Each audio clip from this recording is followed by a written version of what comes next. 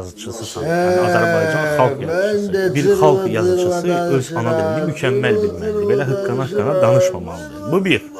İkincisi də ki, bu sadə adamlara aid deyil. Mən onları qınamıram. Onlar da bilməlidir ana dilini. Amma xalq yazıcısı canı çıxmalıdır, mükəmməl bilməlidir. Yəni mən ondan yaxşı bilirəmsə, bu onun üçün ayıbdır. Çünki mən yazıcı deyiləm. Nə vaxt oğurluq etmirsən?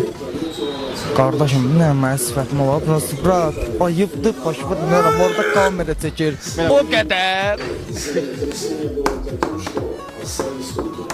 Nə qədər?